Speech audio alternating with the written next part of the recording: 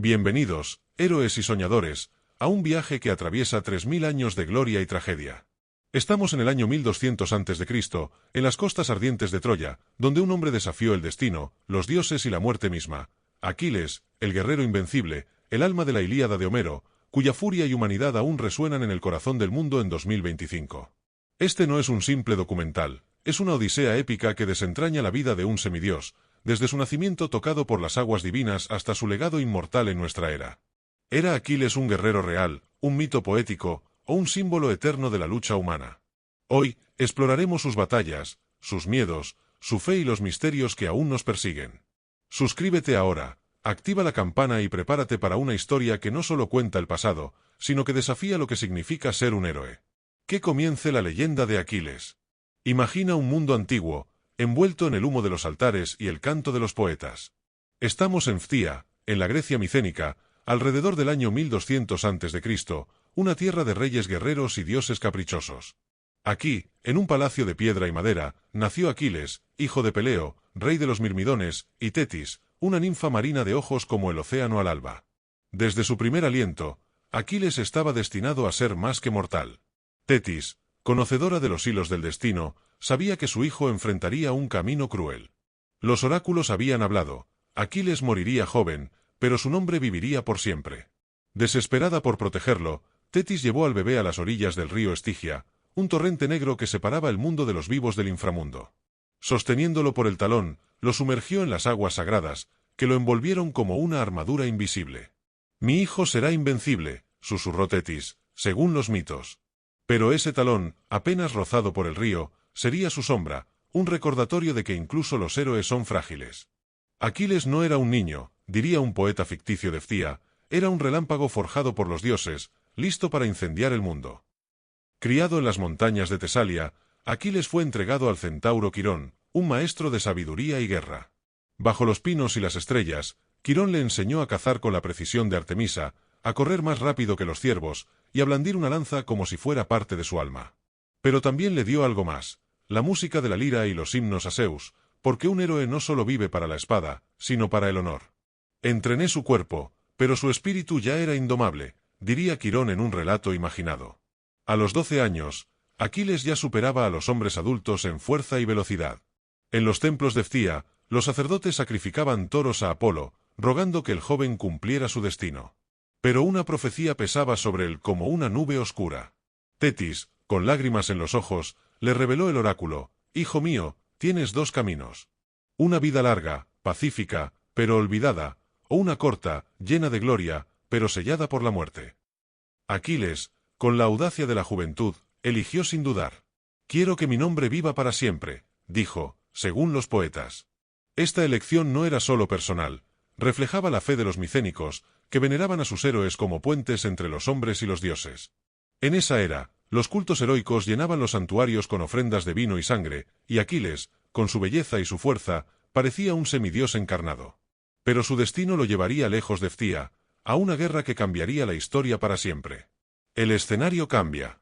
Estamos en las costas de Troya, una ciudad-fortaleza en la actual Turquía, alrededor del 1200 a.C.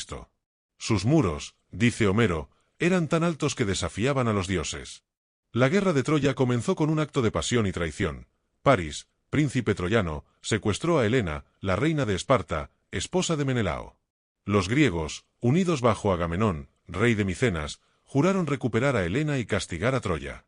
1000 barcos cruzaron el Egeo, llevando a los mejores guerreros de Grecia, y entre ellos, Aquiles, al mando de sus mirmidones, un ejército feroz como lobos. Su armadura de bronce brillaba como el sol, y su lanza parecía cantar con cada golpe.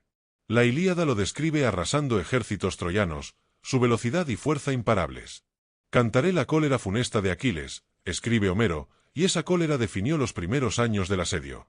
Los troyanos temblaban al verlo, sus aliados caían como hojas en otoño. Era como Ares, dios de la guerra, diría un guerrero ficticio del campamento griego. Pero la gloria de Aquiles chocó con su orgullo. Agamenón, codicioso y arrogante, le arrebató a Briseida, una cautiva que Aquiles había tomado como trofeo. Humillado, Aquiles se retiró a su tienda, jurando no volver a pelear. «Que los griegos mueran sin mí», rugió, su voz resonando en las playas. Sin Aquiles, los troyanos, liderados por Héctor, el noble príncipe, comenzaron a masacrar a los griegos. Las hogueras del campamento ardían toda la noche, mientras los soldados ofrecían sacrificios a Ares y Atenea, rogando que Aquiles regresara. Los dioses, desde el Olimpo, observaban el drama con interés. Zeus, señor del trueno, debatía el destino de Aquiles, mientras Atenea, diosa de la sabiduría y protectora del héroe, susurraba valor en su corazón. Apolo, aliado de Troya, conspiraba contra él. Esta intervención divina no era solo mito, reflejaba la religión micénica, donde los dioses eran fuerzas activas en la vida y la guerra. Los griegos creían que cada batalla era un tablero de ajedrez divino, y Aquiles, con su linaje semidivino, era un peón y un rey al mismo tiempo. En el campamento, los sacerdotes quemaban incienso, buscando señales en las entrañas de las víctimas. Sin Aquiles, estamos perdidos, diría un capitán ficticio. La ira de Aquiles no era solo un capricho, era un reflejo del miedo profundo de los griegos a perder el honor, la moneda más valiosa de su mundo. Perder a Briseida no era solo una afrenta personal, era un desafío a su estatus como héroe. Mientras los troyanos avanzaban, el campamento griego se llenaba de lamentos, y el mar rugía como si presagiara una tragedia mayor. La guerra de Troya no era solo por Helena, era una batalla por la inmortalidad, y Aquiles, aun en su ausencia, era su corazón. Entonces, el destino golpeó con la fuerza de un rayo. Patroclo, el amigo más querido de Aquiles, su hermano del alma, no pudo soportar ver a los griegos caer. «Si no luchas, lo haré yo», le dijo a Aquiles, según la Ilíada. Con el permiso de su amigo, Patroclo vistió la armadura de Aquiles y lideró a los mirmidones contra Troya. Su valentía hizo retroceder a los troyanos, pero Héctor, el defensor de la ciudad, lo enfrentó bajo los muros. Con un golpe de lanza, Héctor atravesó a Patroclo, y su cuerpo cayó en la arena. La noticia llegó a Aquiles como un cuchillo al corazón. La Ilíada describe su llanto como un rugido que estremeció la tierra. «Patroclo era mi vida», gritó, arrancándose el cabello. Tetis, su madre, apareció desde el mar, con lágrimas en los ojos. «Hijo, si vuelves a la guerra, morirás», le advirtió. Pero Aquiles, cegado por la venganza, respondió, «Que muera, pero primero Héctor pagará». Tetis, con el corazón roto, pidió a Hefesto, dios del fuego, que forjara una armadura divina. El escudo, cuenta Homero, brillaba como el sol, decorado con escenas de la vida y la guerra. Aquiles, ahora un torbellino de furia, se puso la armadura y salió al campo. Los troyanos huyeron como ciervos ante un león. Era como si el Olimpo hubiera descendido, diría un mirmidón ficticio. El duelo que siguió es una de las escenas más icónicas de la literatura. Aquiles persiguió a Héctor alrededor de las murallas de Troya, 3 veces, bajo la mirada de dioses y hombres. Veloz como el viento, canta Homero, Aquiles lo alcanzó. Las lanzas volaron, los escudos resonaron. Finalmente, Aquiles clavó su lanza en el cuello de Héctor, y el príncipe troyano cayó, suplicando por un entierro digno. Pero la furia de Aquiles era implacable. Ató el cuerpo de Héctor a su carro y lo arrastró por el polvo, un acto que horrorizó incluso a los dioses. Aquiles había perdido su humanidad, diría un poeta ficticio. Durante días, desfiló el cadáver ante los muros de Troya, mientras los troyanos lloraban desde las almenas. Pero la historia no termina en crueldad. Príamo, rey de Troya, anciano y roto, se arrastró hasta la tienda de Aquiles una noche. «Devuélveme a mi hijo», suplicó, arrodillado. Aquiles, tocado por las lágrimas del rey, sintió el peso de su propia mortalidad. «En tu dolor, veo el mío», dijo, según la Ilíada. Ordenó que lavaran el cuerpo de Héctor y lo devolvió a Príamo. «En su ira, vi un dios, en su piedad, un hombre», diría un Príamo ficticio. Los griegos celebraron ritos fúnebres para Patroclo, quemando una pira con ofrendas a Hades. Los troyanos hicieron lo mismo por Héctor, elevando plegarias a Apolo. Este momento, donde la venganza dio paso a la compasión, transformó a Aquiles en algo más que un guerrero, un héroe trágico, atrapado entre su divinidad y su humanidad. La gloria de Aquiles, sin embargo, tenía un precio. La Ilíada no cuenta su muerte, pero los mitos posteriores, como la Etiópida, lo hacen. París, el débil príncipe troyano, guiado por Apolo, disparó una flecha que encontró el talón de Aquiles, su único punto vulnerable. La flecha, envenenada por el destino, lo derribó bajo los muros de Troya. Su sangre se mezcló con la arena, y los griegos lloraron a su campeón. «Mi madre me dio 2 destinos», había dicho Aquiles, «y elegí la gloria».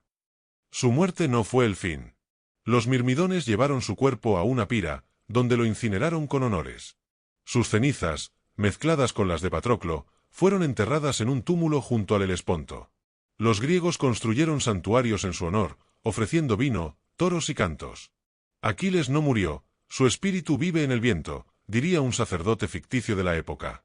Estos cultos heroicos, comunes en la Grecia micénica, elevaban a los grandes guerreros a la categoría de semidioses, un reflejo de la religión que veía la muerte como un portal a la eternidad. Pero el misterio persiste. ¿Quién fue Aquiles realmente? En 1870, Heinrich Schliemann desenterró las ruinas de Troya, en Hisarlik, Turquía. Encontró muros ciclópeos, espadas de bronce y carros, pruebas de que la guerra de Troya pudo ser real. Troya es de piedra y hueso, diría un arqueólogo ficticio, pero Aquiles sigue siendo un enigma. Algunos estudiosos creen que pudo ser un rey micénico, exagerado por la poesía, otros, que es una creación de Homero, un símbolo de la lucha humana contra la mortalidad. El talón de Aquiles, dicen, no es solo un mito, es una metáfora de nuestra fragilidad, incluso en nuestros momentos más fuertes. El legado de Aquiles trasciende los siglos. Su historia inspiró a Alejandro Magno, quien llevaba una copia de la Ilíada en sus conquistas, soñando con emular a su héroe. Las tragedias griegas, como las de Esquilo y Sófocles, cantaron sus hazañas, y los romanos lo veneraron como un ideal de valor. La frase talón de Aquiles se convirtió en un símbolo universal, usado en política, deportes y literatura para describir una debilidad fatal. En el cine, la película Troya, 2004, llevó su furia a millones, con Brad Pitt encarnando al guerrero. En videojuegos como Assassin's Creed y Hades, Aquiles sigue luchando, su lanza brillando en pantallas modernas.